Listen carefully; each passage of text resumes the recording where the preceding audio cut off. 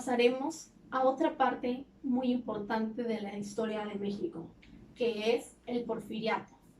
La obra del derecho porfirista va a ser muy amplia y se denomina derecho porfirista al conjunto de normas, instituciones y principios que regularon a la sociedad durante el régimen presidencial del general Porfirio Díaz. Este derecho resulta fundamental para la comprensión de nuestro actual derecho mexicano, ya que en aquel periodo se establecieron las bases para la apertura económica y cultural del país, además de que éramos una potencia en aquel entonces. En los aspectos sociales floreció el capitalismo y el positivismo, ya que nuestro presidente en aquel tiempo tenía mucha admiración por la cultura europea.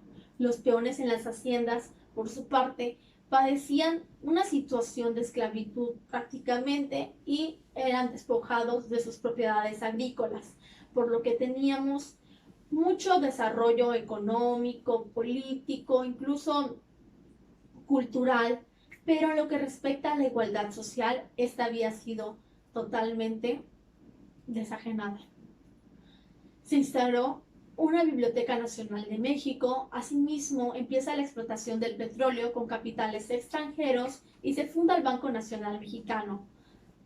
Asimismo, empieza el desarrollo ferroviario y se aumenta considerablemente la industria minera, en especial la plata, el oro, el cobre, el plomo, zinc, antimonio, mercurio, entre otros metales. Se desarrollan los servicios públicos y de esta forma se introduce el alumbrado eléctrico, los teléfonos, tranvías en las principales ciudades del país.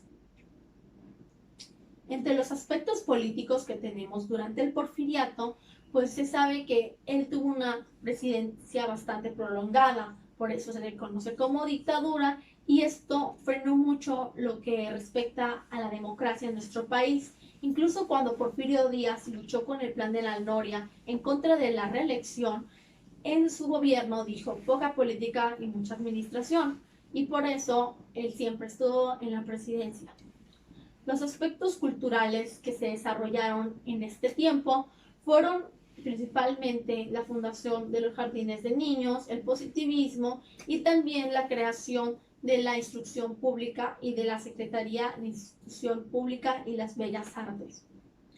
Otra de las obras de gobierno porfirista es que inaugura el Paseo de la Reforma en la capital republicana y también el Ángel de la Independencia. La creación del territorio de Quintana Roo y de Baja California en el año 1901 también va a ser algo relevante en su gobierno.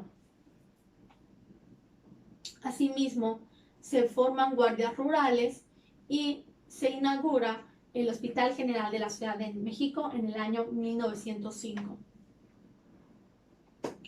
Como ya hemos dicho, en el gobierno de Porfirio Díaz se alcanzan muchísimas cosas positivas para nuestro país. Sin embargo, esto no era equitativo para todos, ya que mientras muchos extranjeros y personas adineradas se veían favorecidas con todo lo que aplicaba Porfirio Díaz, la clase trabajadora, la clase obrera y la clase campesina no estaban en la misma situación. Es por eso que comienza un nuevo movimiento denominado la Revolución. Y esta época va a abarcar desde 1900 hasta 1920.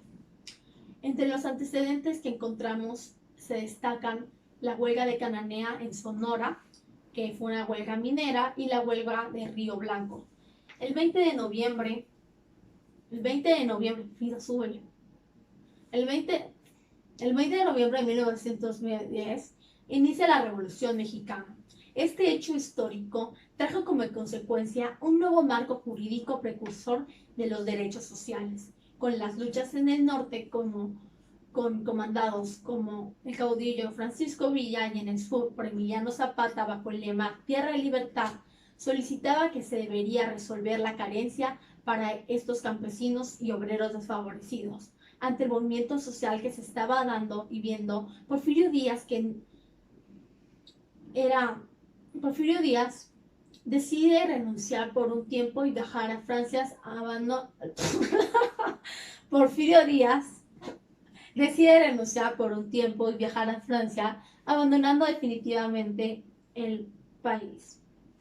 Después, por lo que en el año 1911 Francisco I. Madero asume el poder y de esta forma el país se encontró en una situación bastante compleja para el año 1913, cuando sucede la decena trágica en la que se derroca a Madero y se asesina a Pino Suárez.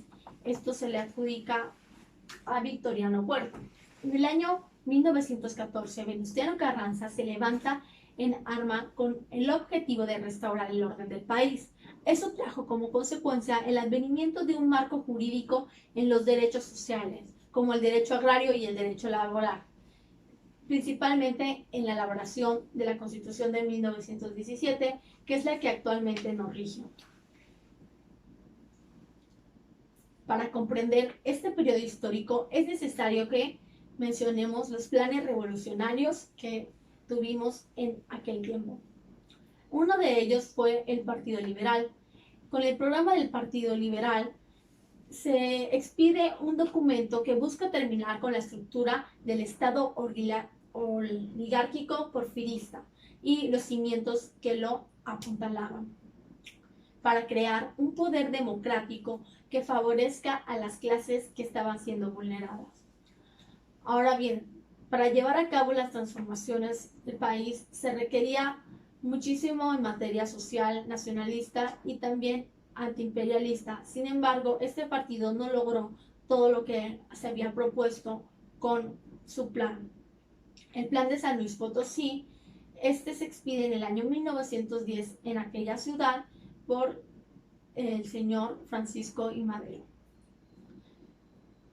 En este plan histórico se manifestaba el repudio a la dictadura de Porfirio Díaz y se declaraban ilegítimas las elecciones del mismo, ya que él mismo se proclamaba siempre presidente. En este contexto, Madero convoca al pueblo a alzarse en armas en todo el país a partir de las 6 de la tarde el domingo 20 de noviembre de 1910, dando inicio a la revolución.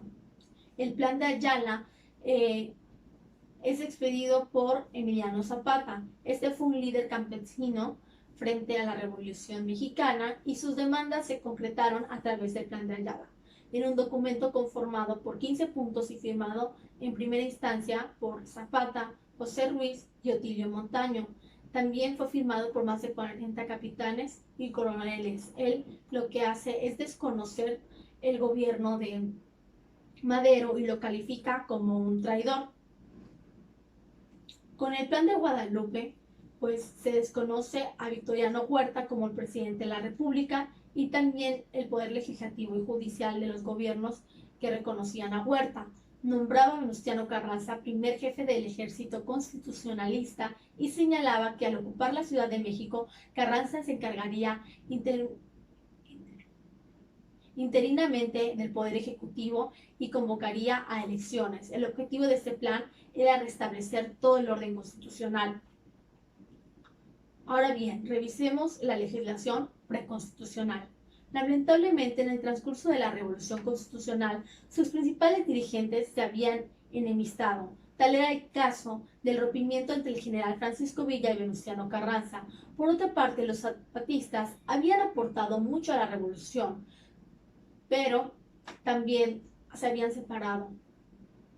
Pugna entre constitucionalistas y convencionalistas se conoce como la guerra de facciones, en la que cada facción representó sus diversas disposiciones legales o leyes preconstitucionales porque se dieron antes de la Constitución de 1917. Entre ellas tenemos las que decreta la Convención de Aguascalientes, como la Ley Agraria y la ley relativa a beneficiar a los campesinos y trabajadores, que preveía destituir el latifundismo. Por último, veremos la Constitución de 1917. Una vez vencido Villa en los combates de Celaya y así derrotado el general Zapata en el sur a lo largo de 1916, Carranza modifica el Plan de Guadalupe y lo convoca a la integración de un Congreso Constituyente. El Congreso Constituyente está va a ser una magna asamblea que tenía la limitante de no contar realmente con oposición, pues no se dio cabida a representantes del porfirismo, del huertismo o del zapatismo o villismo.